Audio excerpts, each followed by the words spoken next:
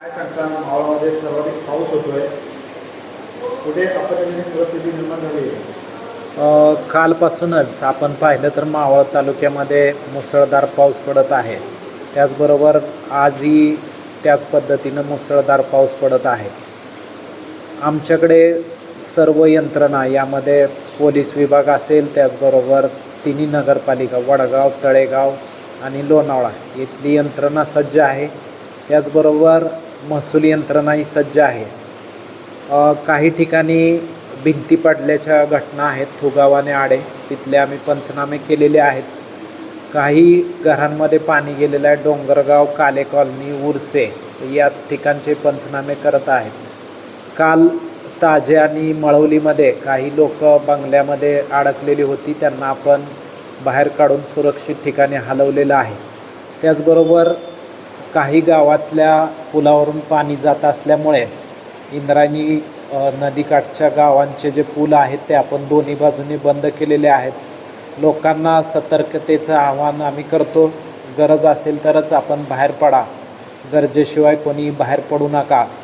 अजूनही आमच्याकडे काही ठिकाणी पुलावरून पाणी गेल्याच्या घटना आहेत. आमची यंत्रणा पूर्णपणे सज्ज आहे आणि कुठेही अनुचित प्रकार घडणार नाही याची आम्ही दक्षता घेत आहोत. धरण क्षेत्रामध्ये पावसाचा जोर जास्त आहे. धरण क्षेत्रातून काही मोठ्या प्रमाणात पाणी सोडण्यात येत आहे. पवना धरणामध्ये साधारणतः आत्तापर्यंत आमच्याकडे जे रिपोर्टिंग आहे त्यानुसार 65 ते 70% पवना धरण भरलेलं आहे. अजून तिथून पाण्याचा विसर्ग सुरू नाही झालेला. त्यानंतर टाटामधली जी परिस्थिती आहे तिथं आम्ही त्याच्यावरती क्लोजली वॉच करत आहोत. तिथून पाणी सुटल्यानंतर आम्ही लोकांना सूचना देणार आहोत. तिथंही धरण भरत आलेलं आहे. आपली जी खालची यंत्रणा आहे, महसूल विभाग असेल, त्यामधले तलाठी, ग्रामसेवक यांना आम्ही सतर्कतेच्या सूचना दिलेल्या आहेत. लोकांनाही सतर्क राहण्याच्या सूचना दिलेल्या आहेत. धनिकांच्या अतिक्रमणामुळे ओढ्या नाल्याचं पाणी हे रस्त्यावर आले आणि अनेक रस्ते हे पाण्याखाली गेलेले, यावर काय कारवाई करण्यात येणार? स्थानिक परिस्थितीमध्ये ज्या ठिकाणी अशा तक्रारी येत आहेत त्याच्यावरती आपण लॉंग टर्म म्हणून आपण त्याच्यावरती जर खरोखरच अतिक्रमण असेल तर ते तपासून पुढच्या कालावधीमध्ये काढण्याची आपण प्रक्रिया करणार आहोत. बरं, जनतेला काय आवाहन करणार आहे? 2 दिवस शाळांना सुट्टी दिलेली आहे. आपण पाहिलं तर 2 दिवस मुसळधार पाऊस पडत आहेत. माझी सगळ्यांना सूचना आहे की आपण गरज असेल तरच घराबाहेर पडा. त्याचबरोबर आपल्या तालुक्यामध्ये पर्यटन क्षेत्र जर आपण बघितलं त्यामध्ये बुशी आहे, कुंडमाळा आहे, टायगर पॉईंट आहे, त्याच्यानंतर इतर पॉईंट्स आहेत. तर त्या ठिकाणी जाण्याचं टाळण्यासाठी आम्ही प्रतिबंधात्मक उपाययोजना आत्ताच आदेश काढलेले आहेत. माझी सर्व मावळ तालुक्यातील शेतकरी बंधू त्याचबरोबर सर्व नागरिक आणि पर्यटकांना विनंती आहे की आपण गरज असेल तरच बाहेर पडा.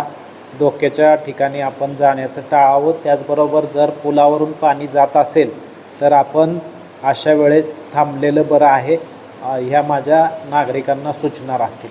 धोकादायक दरडी पडणारी जी गावं आहेत त्यांना काही इतरत्र हलवण्यात आलेले आहेत किंवा काय? सद्य परिस्थितीत आपण त्याच्यावरती आपण यापूर्वीच त्याचा सर्वे केलेला होता. दरडप्रवण जी गावं आहेत त्याच्यामध्ये आपण त्या ठिकाणी स्थानिक पातळीवरती तलाठी, ग्रामसेवक, त्या ठिकाणचे सरपंच, उपसरपंच, पोलीस पाटील यांना सतर्क केलेलं आहे.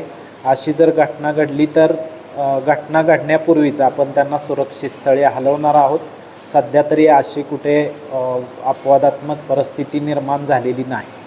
माळींच्या धर्तीवर मावळ तालुक्यामध्ये 8 गावं ही धोकादायक आहेत. त्या गावांना काही सूचना? याबाबत आपण जी आता आपण म्हटल्याप्रमाणे जी 8-9 गावं आपल्याकडे आहेत त्याच्यामध्ये ताजे आहे, मावळ आहे, तुंगा आहे. तर याचा आम्ही सर्वे करून पूर्ण त्याच्यामध्ये तात्पुरत्या उपाययोजना असतात आणि दीर्घकालीन. तर तात्पुरत्या उपाययोजनामध्ये आपण सर्व तात्पुरत्या उपाययोजनांचं नियोजन केलेलं आहे आणि दीर्घकालीनमध्ये आपण दीर्घकालीन उपाययोजना त्या ठिकाणी करत आहोत. थँक्यू.